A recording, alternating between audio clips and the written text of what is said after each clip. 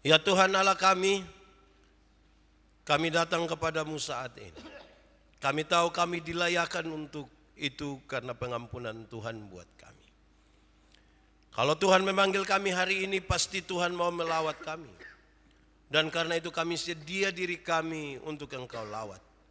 Tapi tidak mungkin karena kami Tuhan. Hanya oleh karena kekuatan yang dari Tuhanlah yang akan memampukan kami untuk belajar sesuatu dari firman Tuhan, dan kemudian kami sekalian dimampukan untuk menjadi pelaku-pelaku firman-Mu Tuhan. Tuhan, tolong jauhkan semua penggoda pencobaan. Biar dalam damai sejahtera-Mu kami belajar firman Tuhan. Kami rindu pada firman-Mu. Berfirmanlah bagi kami Tuhan. Di dalam nama Yesus firman yang hidup itu kami berdoa. Amin. Bapak Ibu saudara-saudara yang dikasihi dalam Tuhan Yesus, di kesempatan hari ini Minggu 26 Desember 2021, ini hari Minggu terakhir sudah di tahun 2021. Tema yang ditetapkan oleh Majelis Node Gemit adalah ketaatan membawa pengenalan yang benar kepada Tuhan. Dan karena itu pembacaannya terambil dari Injil Lukas pasal 2 ayat 21 sampai ayat yang ke-40. Injil Lukas pasal 2 ayat 21 sampai ayat yang ke-40, firman Tuhan berkata demikian. Yesus disunat dan diserahkan kepada Tuhan, Simeon dan Hana. Dan ketika genap 8 hari dan ia harus disunatkan, ia diberi nama Yesus, yaitu nama yang disebut oleh malaikat sebelum ia dikandung ibunya. Dan ketika genap waktu pentahiran, menurut hukum Taurat Musa, mereka membawa dia ke Yerusalem untuk menyerahkannya kepada Tuhan. Seperti ada tertulis dalam hukum Tuhan, semua anak laki-laki sulung harus dikuduskan bagi Allah. Dan untuk mempersembahkan korban menurut apa yang difirmankan dalam hukum Tuhan, yaitu sepasang burung tekukur atau 2 ekor anak burung merpati. Adalah di Yerusalem seorang bernama Simeon.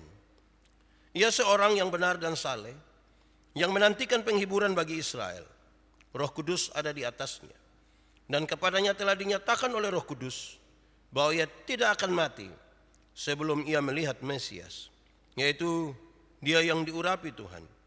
Ia datang ke bait Allah oleh Roh Kudus.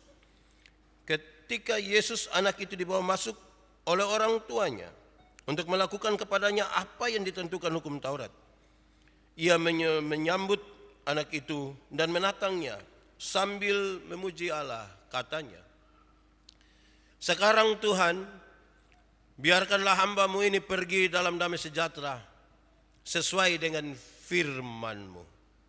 Sebab mataku telah melihat keselamatan yang daripada-Mu, yang telah Engkau sediakan di hadapan segala bangsa, yaitu terang yang menjadi penyataan bagi bangsa-bangsa lain dan menjadi kemuliaan bagi umat-Mu Israel."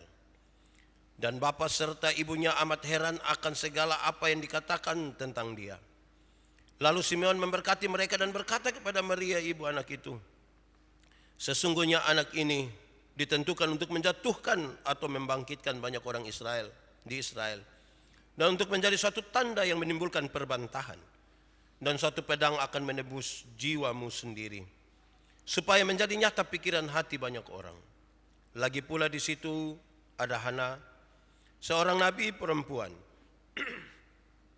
anak Fanuel dari suku Aser. Ia sudah sangat lanjut umurnya. Sesudah kawin ia hidup 7 tahun lamanya bersama suaminya, dan sekarang ia janda dan berumur 84 tahun. Ia tidak pernah meninggalkan bait Allah dan siang malam beribadah dengan berpuasa dan berdoa.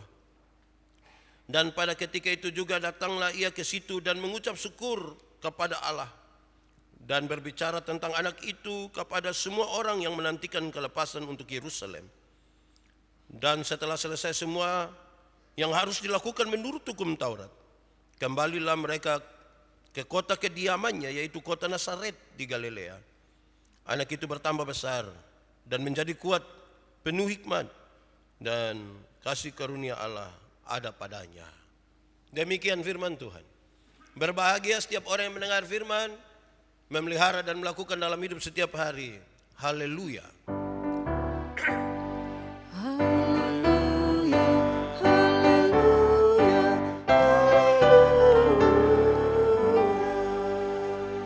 Bapak Ibu Saudara-saudara, shalom. Sekali lagi shalom. Selamat Natal buat kita semua. Selamat Natal. Ada sukacita kok? Amin. Saudara-saudara, tema kita hari ini yang ditetapkan oleh Majelis Sinode adalah ketaatan membawa pengenalan yang benar kepada Tuhan. Atau artinya kalau orang taat dulu baru dia mengenal Tuhan dengan baik. Kalau tidak taat dia tidak mengenal dengan baik. Ini menarik sekali saudara, karena kalau kita bicara tentang ketaatan, saya mulai khotbah ini dengan mengatakan kepada kita, saudara-saudara, tanggal 24 kita ibadah, 25 kemarin ibadah, 26 ibadah, nanti 31 ibadah lagi. Tanggal 1 ibadah lagi, tanggal 2 ibadah lagi. Itu berarti bahwa dalam 1 minggu ke depan ini hampir tiap hari kita ibadah. Ada 6 kali kok kita ibadah. Subosan, tiap hari ibadah ini. 6 hari 6 kali ibadah. Beruntung hari ini Minggu. Coba kalau hari Minggunya besok 27. Berarti ini hari ibadah. Besok lagi ibadah. Wih. Itu 6 hari saja kita pusing. Pendeta Yandi sampai salah kasih lagu. Yang 26 Desember saya kirim yang 26 September. Ini kan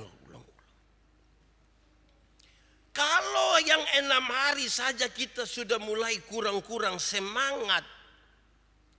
Apalagi mau seperti Hana 84 tahun. Wih, berat tuh saya rasa. Berat. Karena mau taat ini bukan persoalan gampang saudara-saudara. Tetap pada jalan itu. Wih, 84 tahun. Paling-paling saya bilang, oh Pak tidak bisa. Oh Pak virtual. Tuh, ya paling-paling begitu saudara. Sulit untuk itu. Dan itu kita punya tantangan saudara. Apalagi harus melama-lama. Saudara-saudara, karena kita bicara tentang ketaatan. Saya mulai khotbah dengan mengajak kita. Lihat dulu apa arti dari ketaatan. Taat itu apa? Kamus Besar Bahasa Indonesia memberikan pengertian yang menarik. Ada 3 pengertian. 1, taat itu adalah senantiasa tunduk. Senantiasa tunduk atau patuh kepada Tuhan, kepada pemerintah atau lain sebagainya. Itu dia pun nama taat. Senantiasa, bukan sat-sat kali, bukan kadang-kadang. Bukan pas bulan Desember sabar taat, tapi senantiasa patuh. Itu pengertian pertama. Pengertian kedua saudara-saudara, menurut kamus ini, taat itu berarti tidak berlaku curang disandingkan dengan kata setia. Tidak berlaku curang, setia. Wih. Tidak berlaku curang ini susah juga ini. Setia 7 susah itu. Ketiga saudara, kamus kasih tahu. Taat itu berarti saleh dan kuat beribadah. Bukan saja saleh, tapi kuat beribadah. Waktu saya periksa ini arti kamus. Senantiasa tunduk patuh, tidak berlaku curang dan setia, saleh, kuat beribadah. Saya pendeta yang direnungkan, saya rasa saya ini tidak taat. Coba saudara renungkan. Senantiasa patuh kok. Senantiasa taat kok. Selalu berlaku adil, tidak curang. Saya rasa saya bukan kurang taat, tidak taat malah. Dan ini sebuah tantangan bagi kita semua saudara-saudara. Saudara-saudara, kita membaca satu teks yang di dalamnya bercerita tentang 4 orang yang taat. Ada 4 orang di situ yang taat. Mari kita lihat beberapa catatan ini. Pertama, tentang Yusuf dan Maria. Yusuf dan Maria adalah pasangan suami istri yang taat. Semua yang menjadi tuntutan hukum Taurat itu mereka laksanakan. Paling tidak dalam konteks pembacaan tadi, di ayat 21 sampai ayat yang ke-24, sebagai orang tua, dorong sudah melaksanakan itu. Tuhan Yesus sementara melaksanakan 3 upacara yang harus dijalani oleh setiap anak laki-laki orang Yahudi. Paling tidak ini suami istri yang taat. Suami istri sama-sama taat. Bukan suami taat, istri tidak taat. Dua-dua taat. Kenapa? Karena saya biasa bilang begini, kadang-kadang dong semangat-semangat itu waktu masih pacaran. Yang laki-laki jemput yang nona datang gereja. Setia sekali. Kadang-kadang 4:30 dia bangun komandi susah. Kita pergi gereja jam 2. Kadang-kadang belum pulang gereja dia bilang, kita pulang sudah kok saya antar. Itu setianya. Sudah menikah. Kadang-kadang suami sudah tidak setia lagi. Dia kirim saja dia istri datang. Kita pitanya, Bapak kenapa kok kasih tinggal istri jalan sendiri. Pergi gereja. Dia bilang, Bapak setelah Bapak dong kasih kami 2 nikah. Kami 2 telah menjadi 1. Jadi kalau mama su pergi itu sama dengan papa sudah hadir. Wih, coba kalau makan juga bapak su makan sama dengan mama su makan. Wih, itu ada itu. Saudara, ini serius. Ini 2 suami istri yang setia. Mereka saudara-saudara melaksanakan apa yang dilakukan oleh laki-laki Yahudi. Laki-laki anak-anak orang Yahudi. 1, apa yang mereka lakukan? Sunat. Sunat dilakukan untuk Yesus. Dilakukan pada hari yang ke-8. Seberapa pentingkah upacara sunat ini? Terlalu penting. Bahkan dianggap sangat suci. Kenapa? Karena sunat bisa dilakukan pada hari Sabat. Sunat bisa dilakukan pada hari Sabat. Ada banyak hal tidak boleh dilakukan pada hari Sabat. Tapi sunat boleh dilakukan. Itu berarti upacara ini sangat suci. Dalam waktu sunat itulah nama baru boleh diberikan kepada anak itu. Maka di hari ke-8 itu nama ini disebutkan Yesus. Seperti yang disampaikan oleh malaikat kepada Maria sebelum Maria mengandung. Jadi saya bayangkan itu berarti dari hari pertama sampai hari ke-7 dia tidak ada nama. Kalau di konteks kita berarti dari hari pertama sampai hari ke-7 dong hanya panggil bilang Ade. Paling begitu. Cece. Atau nama lain lah. Tidak mungkin dong panggil weh. Dan tidak. Ini dong panggil apalah begitu. Di hari ke-8 pada waktu sunat itulah nama itu diberikan. Itu upacara pertama. Itu mereka lakukan di rumah, bukan di Bait Allah di Yerusalem. Kedua saudara-saudara, dalam pembacaan tadi terjadi penebusan anak sulung. Dalam kitab Keluaran pasal 13 ayat 2. Bahwa semua anak sulung, baik anak sulung manusia maupun anak sulung binatang adalah kudus bagi Tuhan. Harus kasih Tuhan. Itu Tuhan punya. Dikuduskan bagi Tuhan. Ini upacara yang kedua. Ini dilakukan di Bait Allah. Ketiga saudara-saudara, upacara yang dilakukan adalah penyucian sesudah kelahiran. Penyucian sesudah kelahiran. Apabila seorang wanita telah melahirkan dan jika anaknya laki-laki, maka perempuan ini disebut najis selama 40 hari. Dia disebut cemar selama 40 hari. Tetapi kalau yang dilahirkan itu adalah anak perempuan, maka wanita yang melahirkan itu disebut cemar sampai 80 hari. Wanita itu boleh melaksanakan apapun yang menjadi pekerjaannya, tetapi dia tidak boleh masuk ke Bait Allah. Tidak boleh masuk ke Bait Allah. Dan upacara-upacara keagamaan tidak boleh diambil bagian di dalamnya. Tidak boleh di situ. Pada akhir masa dari cemar itu, pada masa pentahiran itu. Maka ia harus membawa domba sebagai korban bakaran dan seekor merpati muda sebagai korban penghapus dosa di bait suci. Jadi sehabis yang 40 hari kalau anak laki-laki atau 80 hari kalau anak perempuan, maka ibu yang melahirkan ini mesti bawa domba 1 ekor dan merpati muda 1 ekor. Tapi saudara tahu, ini persembahan disebut persembahan kaya. Ini disebut sebagai persembahan yang mahal. Tidak semua orang bisa memenuhi hal ini. Domba 1, merpati muda 1. Tidak semua orang. Maka ditetapkan juga saudara, ditetapkan juga bahwa mereka yang tidak sanggup untuk itu boleh membawa burung dara yang lain, seperti sepasang burung tekukur atau 2 ekor anak burung merpati. Jadi yang muda tidak bisa beli yang merpati anak dong sah. Beli ame 2 begitu kok. Karena itu secara teknis persembahan ini adalah persembahan orang miskin. Kita baca pembacaan tadi, Yusuf dan Maria bawa yang orang miskin punya. Saudara lihat sekarang, berarti Yusuf dan Maria itu keluarga kecil, keluarga miskin. Mereka tidak mampu bawa domba, mereka tidak bawa merpati muda. Ini sebuah gambaran yang menarik.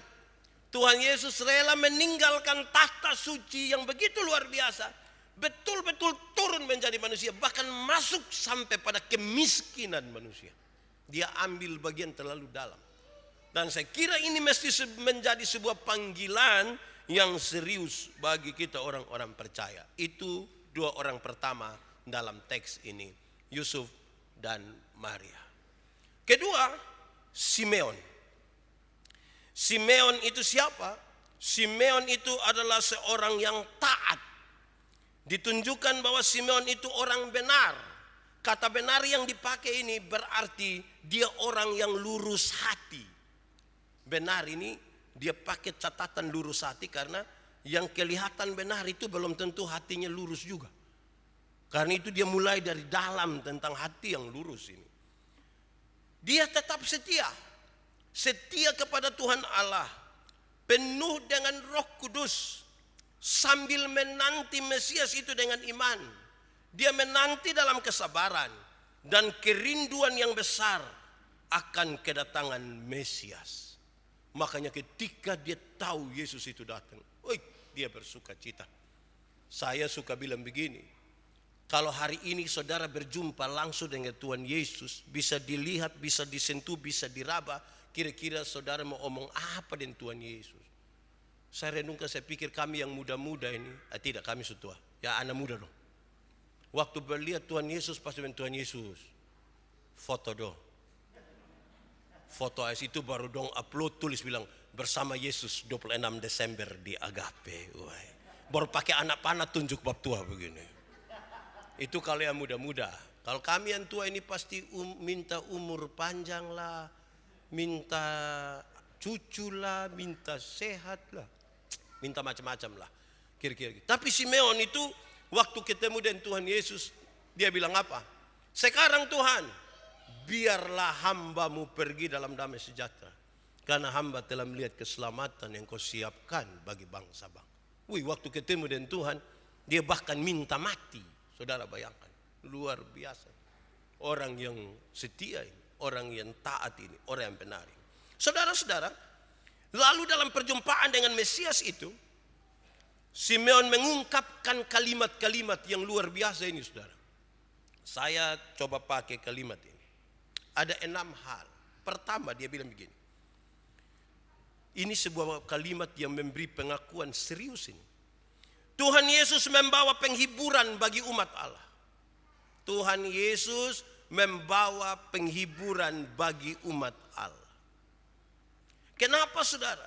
Situasi waktu itu banyak orang dalam keadaan sulit. Sehingga Mesias itu dinanti-nanti membawa penghiburan. Kalau begitu saudara-saudara, supaya mereka yang butuh penghiburan mestinya datang kepada Tuhan Yesus. Saudara butuh penghiburan, saudara jangan bikin pesta. Pesta selesai, saudara gelisah kembali. Bahkan mulai hitung ulang, kura ajar habis berapa kemarin nih. Boleh senang-senang, foto dulu. Tapi cek ada begini juga. Penghiburan sejati itu dari Tuhan Yesus, tidak dari manusia. Saya bayangkan kami pendeta-pendeta yang ketika pimpin ibadah penghiburan itu kan kami hanya mengatakan sesuatu. Yang kuat yang kuat. Tapi dari situ kami pulang. Dia sendiri. Wih, itu susah. Penghiburan memang mesti datang dari Mesias, dari Tuhan Yesus. Saya pernah kasih tahu saudara saya, karena satu orang rumah tabakar istri meninggal tuh saya khotbah. Berbahagialah orang yang berduka cita karena dia akan dihibur. Ini orang dia acara, iya Pak Om begitu kan Pak, kalau merasa. Wih, saya rasa betul. Kalau Pak rasa pasti Pak tidak omong begitu. Penghiburan sejati itu hanya datang dari Tuhan Yesus. Supaya saudara, semua orang, ini kita masih dalam masa raya Natal. Semua orang yang kemarin itu merayakan Natal, hari ini merayakan Natal, dia tahu bahwa penghiburan itu datang, betul. Ini sebuah pengakuan. Nanti kita lihat kenapa pengakuan itu keluar, tapi ini penting bagi kita. Kedua saudara, Tuhan Yesus adalah keselamatan yang dari Allah. Keselamatan yang dari Allah. Keselamatan Allah. Allah siapkan keselamatan. Datang di dalam Yesus Kristus. Supaya apa? Saya menekankan berulang-ulang Allah yang menyiapkan keselamatan ini. Karena memang keselamatan itu prakarsa ilahi. Inisiatif ilahi. Dia mau menyelamatkan kita. Dan datang di dalam Yesus Kristus. Supaya orang yang butuh selamat, dia datang kepada Tuhan Yesus Kristus. Dan dia terima sesuatu yang Tuhan berikan sebagai anugerah itu. Makanya mestinya perayaan Natal kita walaupun pestanya sederhana, tapi orang semakin optimis, orang semakin semangat karena keselamatan itu Tuhan berikan dari Allah. Itu luar biasa. Ketiga saudara, Tuhan Yesus adalah terang bagi bangsa-bangsa dan kemuliaan bagi Israel.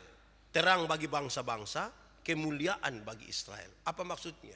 Firman Tuhan berkata, keselamatan itu datang dari Israel. Oke, Israel punya sesuatu yang khusus sekali, kan dia umat pilihan. Datang dari Israel.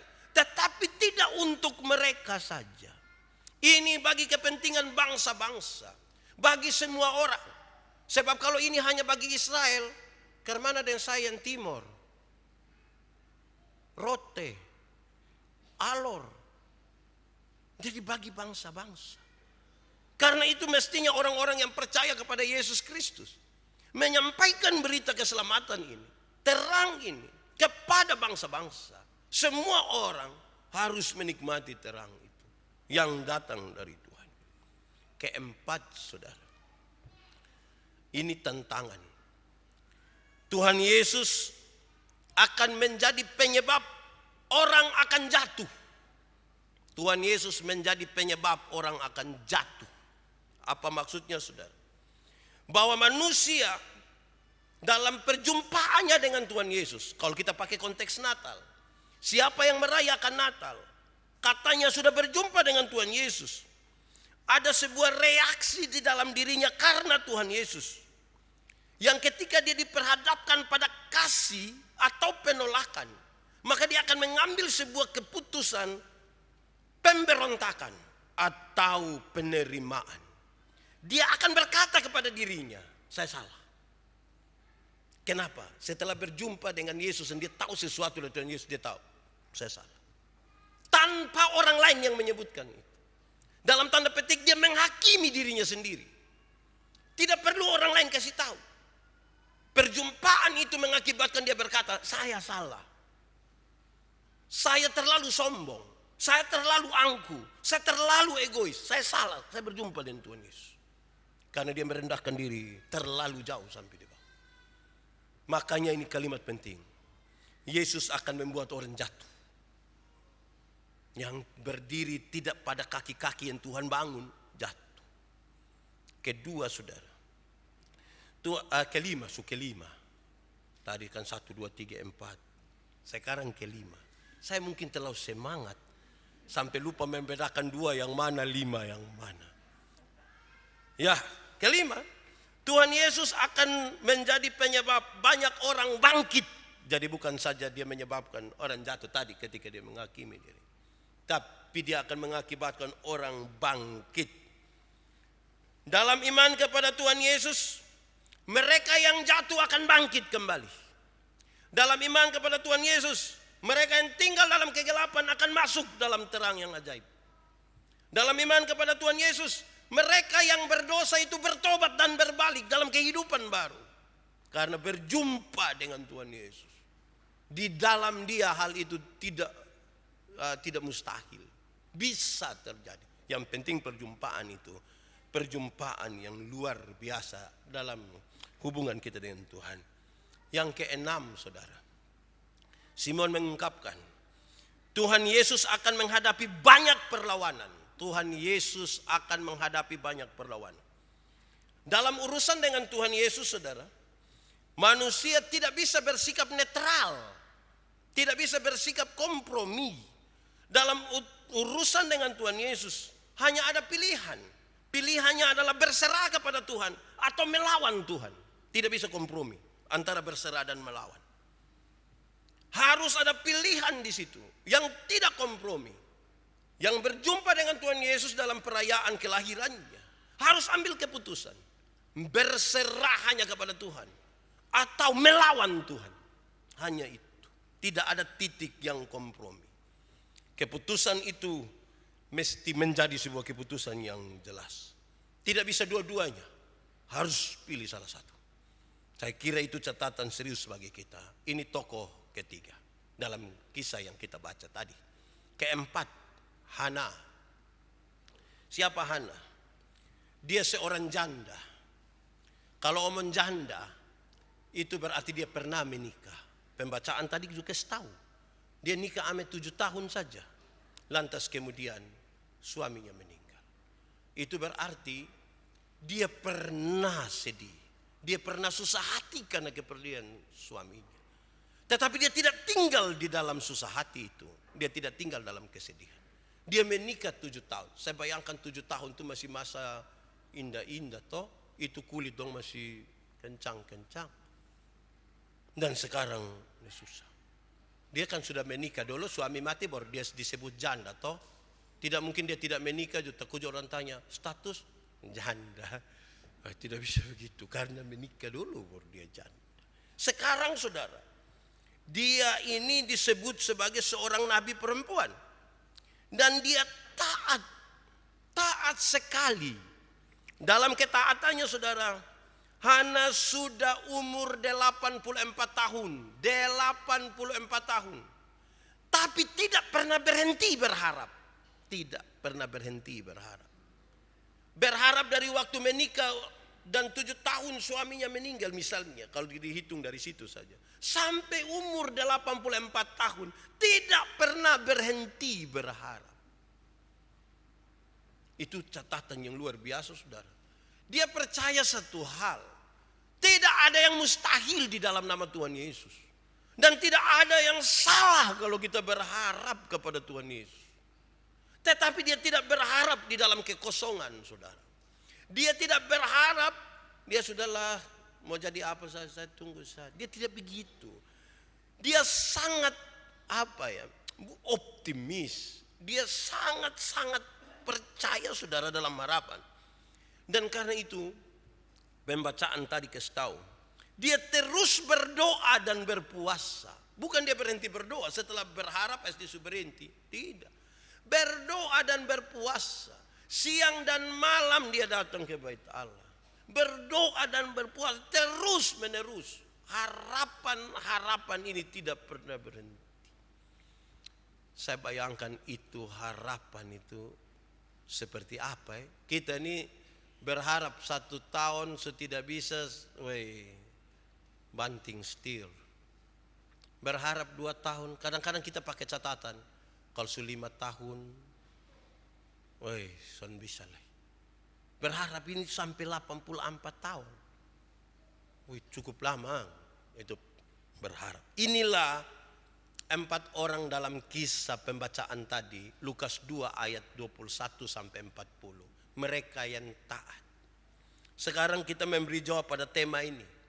Ketaatan membawa pengenalan yang benar kepada Tuhan. Ketaatan membawa pengenalan yang benar kepada Tuhan. Ketaatan, mari saya bawa kita untuk memahami ketaatan dalam kehidupan kita. Saya catat 4 hal untuk kita renungkan. Ini menjadi pesan buat kita. 1, saudara. Taat itu bukti iman. Taat itu bukti iman. Berarti orang yang mengaku beriman mesti taat. Kalau dia tidak taat, dia tidak beriman. Karena iman itu bukti. Ketaatan itu bukti dari iman. Ini ketaatan yang sudah masuk jauh sekali sampai ke kedalaman jiwa. Ini ketaatan bukan karena sesuatu yang dari luar. Ini ketaatan yang betul-betul keluar dari dalam diri. Semua yang dari luar itu tidak sejati, saudara. Yang dari dalam itu yang sejati. Orang yang taat karena iman itu, maka dia melakukan sesuatu bukan karena sesuatu yang dari luar, tapi sesungguhnya memang ada gerakan di dalam diri. Pakai helm bukan karena dia takut polisi.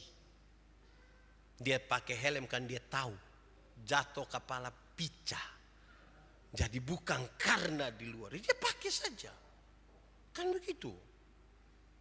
Kadang-kadang ini waktu dulu pertama-tama ini COVID ada, kau suruh pakai masker. Banyak orang pakai masker karena takut petugas. Kita pi pasar itu dong tidak pakai, pas polisi pun masuk dong pakai masker. Polisi pun keluar dong taruh masker di sini. Hah? Pakai masker di tes itu tandanya otak yang kena virus. Bukan lain-lain yang kena virus. Jadi taat bukan karena sesuatu dari luar. Taat itu mesti betul-betul di dalam. Orang kalau taat yang dari luar itu palsu. Ada banyak istri tegur dia pu suami. Bapak tidak boleh merokok. Apalagi dulu. Tidak boleh. Ini suami kelihatan taat. Di rumah memang dia tidak merokok. Di luar dia gas. Lagi 200 meter sampai rumah dia berhenti. Bapak dia tarik. Bapak. Habis pas sampai rumah simpan kendaraan. Turun cuci tangan. Betul-betul dia ikut yang petunjuk cuci tangan sekarang itu. Cuci muka lagi. Pakai Biore. Terus istri tanya, bapak pun cuci tangan cuci muka ini sudah terlalu. Dia bilang, mama tahu sendiri di luar ini kotonson lia ini virus ini. Saudara lihat kalau taat tidak benar ini. Di Agape ada suami yang begitu. Ada. Bayangkan deh kalau suami pas masuk jo istri bilang, papa yo coba HP. Coba HP. Weh itu kita mau taat jo salah.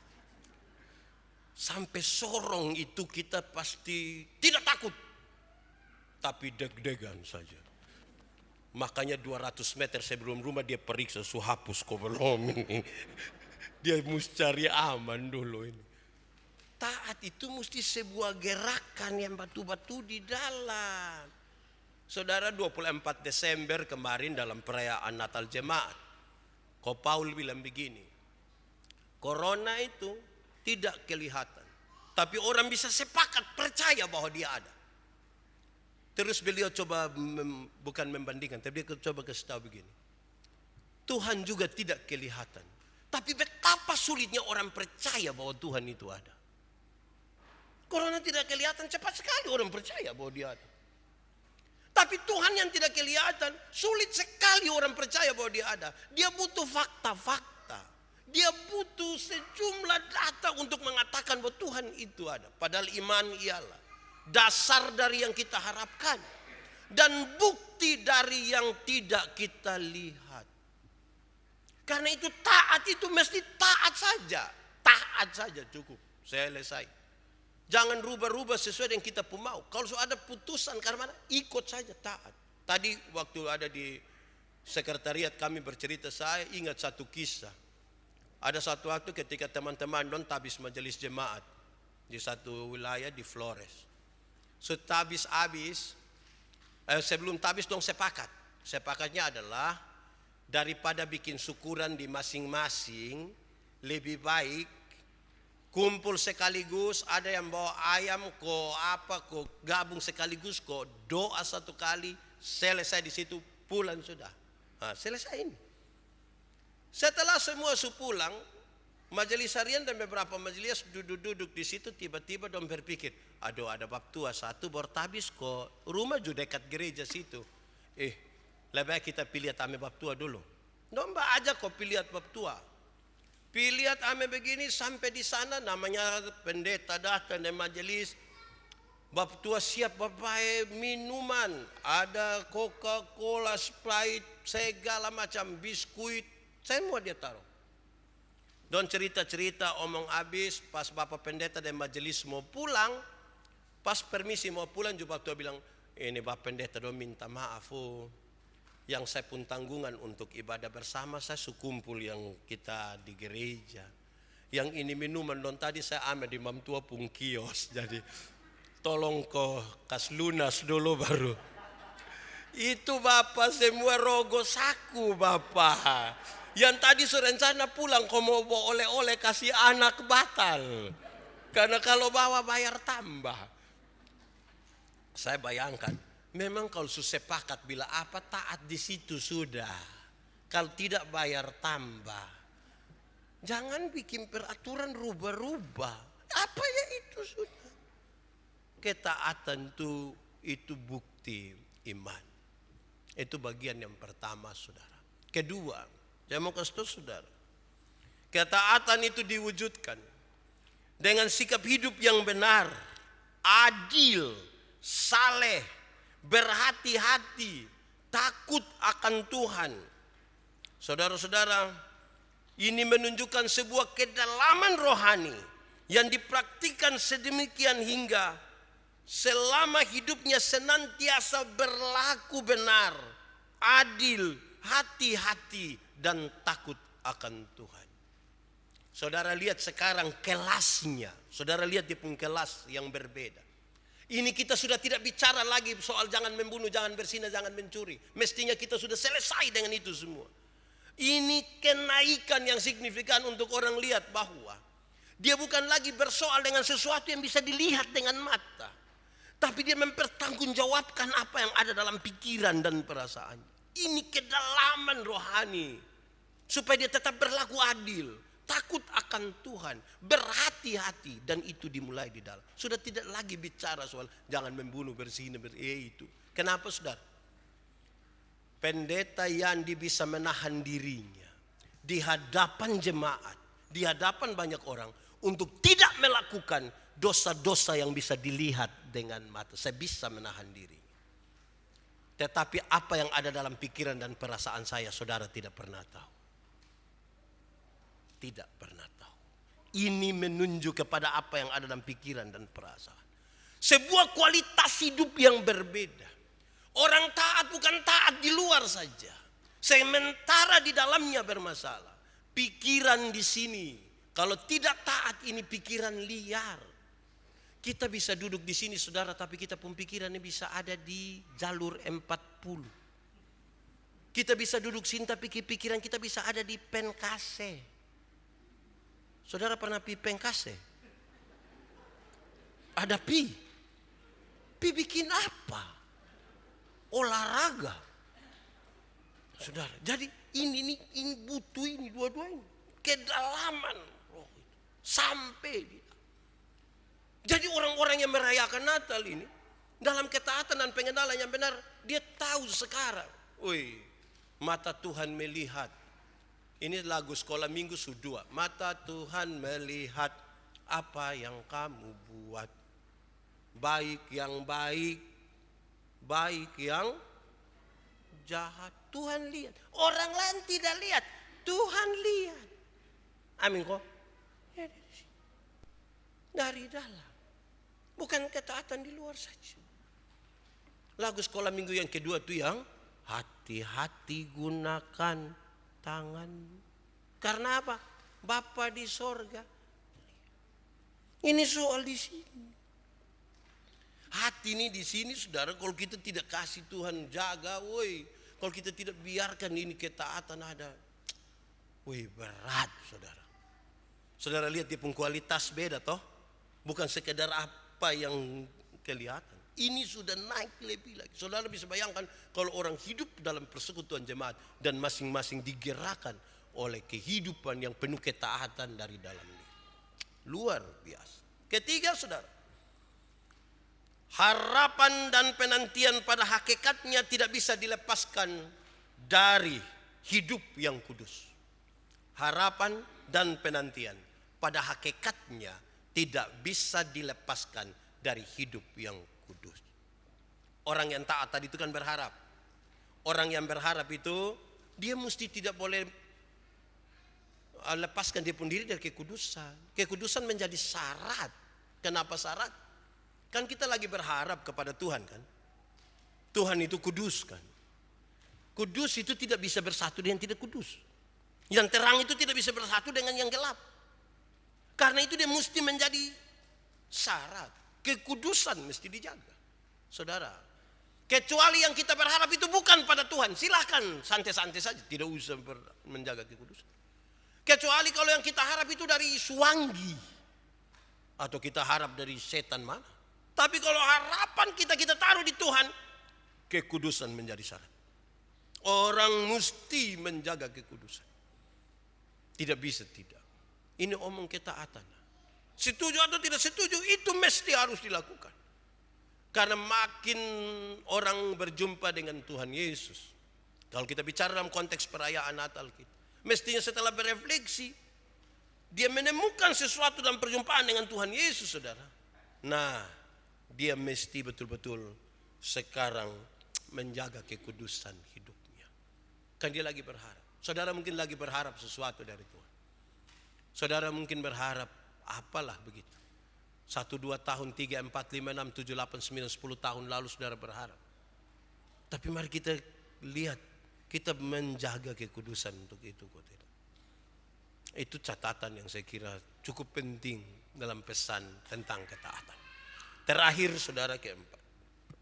Ini menjadi pertanyaan banyak orang. Ini juga seringkali kita alami. Tapi saya menuliskan begini saudara. Efektivitas dari mata rohani untuk mengenal yang benar itu, yang dari Tuhan itu seperti apa, keselamatan itu seperti apa.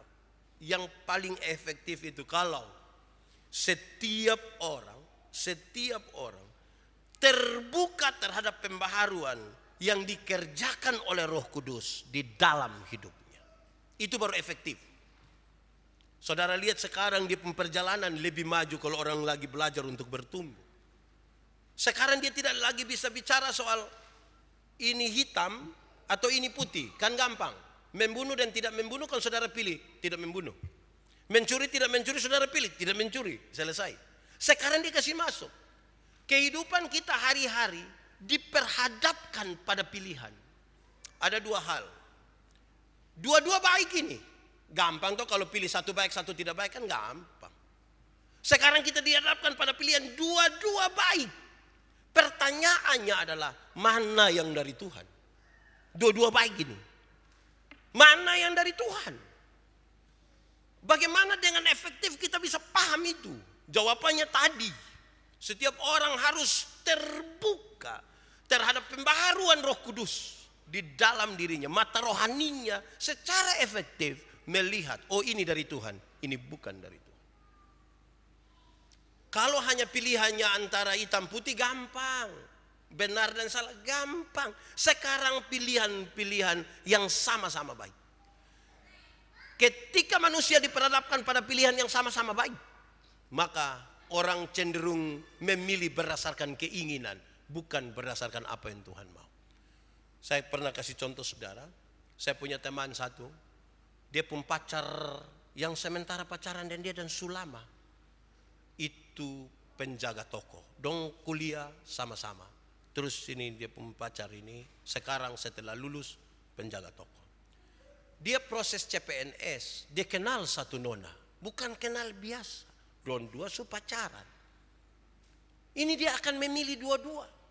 Yang satu nih bertahan lama-lama dan dia dalam susah senang sebagai anak kos. Saya percaya pasti dong pernah beli supermi sama-sama. Dong bekas. Yang satu ini baru sementara tes sama-sama dan dia ini. Bahkan bukan saya tes. Dong lulus kok ada apalah yang apa itu. Yang 80% yang prajabatan kok apa. Saudara, dia pusing karena dua-dua ini baik. Kalau memilih antara dua-dua, satu suka satu tidak suka kan gampang toh. Out. Ini dua-dua dia suka. Saudara pernah ada dalam pilihan itu kok? Yang dua-dua suka. Pernah kok? Atau sementara. Omong komai tua marah. Sekarang saya pun teman bikin karmana. Dia berdoa. Tapi waktu berdoa dia juga tidak tahu doa habis yang mana. Ini pusing pilih dua-dua. Saudara tahu? Dia tulis don 20 nama di kertas. Dia buang undi. Doa lagi buang undi lagi. Dia masih berharap. Kalau bisa jadi yang terbuka ini yang ada sementara prajabatan dan dia. Berdoa kita pun keinginan masih taruh di situ. Supaya kalau kemudian yang terbuka ini nona yang sementara prajabatan, maka dia semacam dapat legalitas. Lihat ke Tuhan saja akui, akhirnya bukannya. Dia sengaja melibatkan Tuhan dalam depu itu. Tabuka pi nona yang penjaga toko. Mau bilang tidak mau. Saya tahu dia cerita itu dia kecewa sebenarnya. Tapi itu singkat cerita, don dua menikah, don dua punya anak sepasang, perempuan satu, laki-laki satu, dong su hidup bahagia. Baru saya tanya dia, buang undi lah kok. Dia bilang tidak lah. Ya saudara lihat, kadang-kadang kita tuh pada pilihan-pilihan yang kita pusing sekali. Mau yang mana ini? Mau yang mana? Nah, mau tahu yang dari Tuhan, betul mesti terbuka terhadap pembaharuan oleh Roh Kudus. Saudara lihat itu Simeon. Waktu lihat itu, cepat sekali dia ini Mesias. Sekarang Tuhan biarlah aku mati sudah. Karena melihat keselamatan yang Tuhan siapkan bagi bangsa. Hari-hari ini pilihan kita sulit saudara. Saudara kan punya media sosial banyak-banyak toh. Semua berita baik berita betul, baik berita tidak betul. Semua naik habis. Kita pusing. Pusing untuk menentukan yang ini betul dari Tuhan kok tidak kok. Sekarang kita temukan dia punya jawaban. Buka kita hati pembaharuan Roh Kudus yang memungkinkan kita lebih efektif untuk mengatakan ini dari Tuhan. Ini tidak dari Tuhan. Kalau tidak saudara-saudara jangan sampai kita bisa salah. Kita kira Tuhan sementara setuju dengan apa yang kita inginkan. Padahal itu karena memang kita pas mau itu. Ya kita pikir bersyukur Tuhan. Pas ikut yang saya pun mau. Saudara-saudara, ada yang kadang-kadang memang saya ketemu banyak orang begitu saudara. Dia berpikir tentang apa yang dia inginkan dan kalau pas Tuhan bahkan dia puji Tuhan. Tuhan terlalu baik dan saya Pak. Tuhan terlalu baik. Oh jadi kalau tidak pas lupa mau Tuhan sudah tidak baik lagi. Atau Tuhan sementara baik dengan seseorang dan tidak baik dengan orang lain. Tidak kan. Kita butuh sekarang lebih terbuka terhadap pembaharuan Roh Kudus. Saudara, itulah ketaatan. Kita makin memahami Tuhan. Saya ketika merenungkan firman ini baru saya sadar. Ternyata pengenalan akan Tuhan ini butuh kedalaman. Karena dia butuh kemudian sampai pada tingkat praksisnya. Karena hal-hal di luar tuh mungkin lebih gampang. Ini hal di dalam saudara. Saudara bayangkan kalau sesuatu yang dari dalam tuh dia pun gerakan itu lain dari kalau dia hanya ada di luar. Tuhan memberkati kita. Mari kita tunduk kepala di hadapan Tuhan. Kita mau angkat hati kita. Firman Tuhan berkata kalau kamu dengar suaranya jangan keraskan hatimu. Minta Roh Kudus lembutkan setiap hati yang keras. Dan sekiranya kalau kita merindukan pembaharuan Roh Kudus itu terjadi, biarlah mata rohani kita makin dibukakan oleh Tuhan. Memahami maksud dan kehendaknya. Mari kita berdoa. Tuhan terima kasih banyak. Kami sadar oleh firman-Mu, seringkali kami tidak taat. Kadang-kadang kami sulit untuk mengambil kesimpulan tentang mana yang Tuhan mau kami jalan. Tapi terima kasih firman-Mu membuka sesuatu bagi kami. Tolonglah kami Tuhan, berkati kami. Biar firman-Mu akan menjadi pelita dan terang bagi perjalanan hidup ini. Terima kasih banyak Tuhan. Terpujilah nama-Mu. Di dalam nama Yesus kami berdoa. Amin.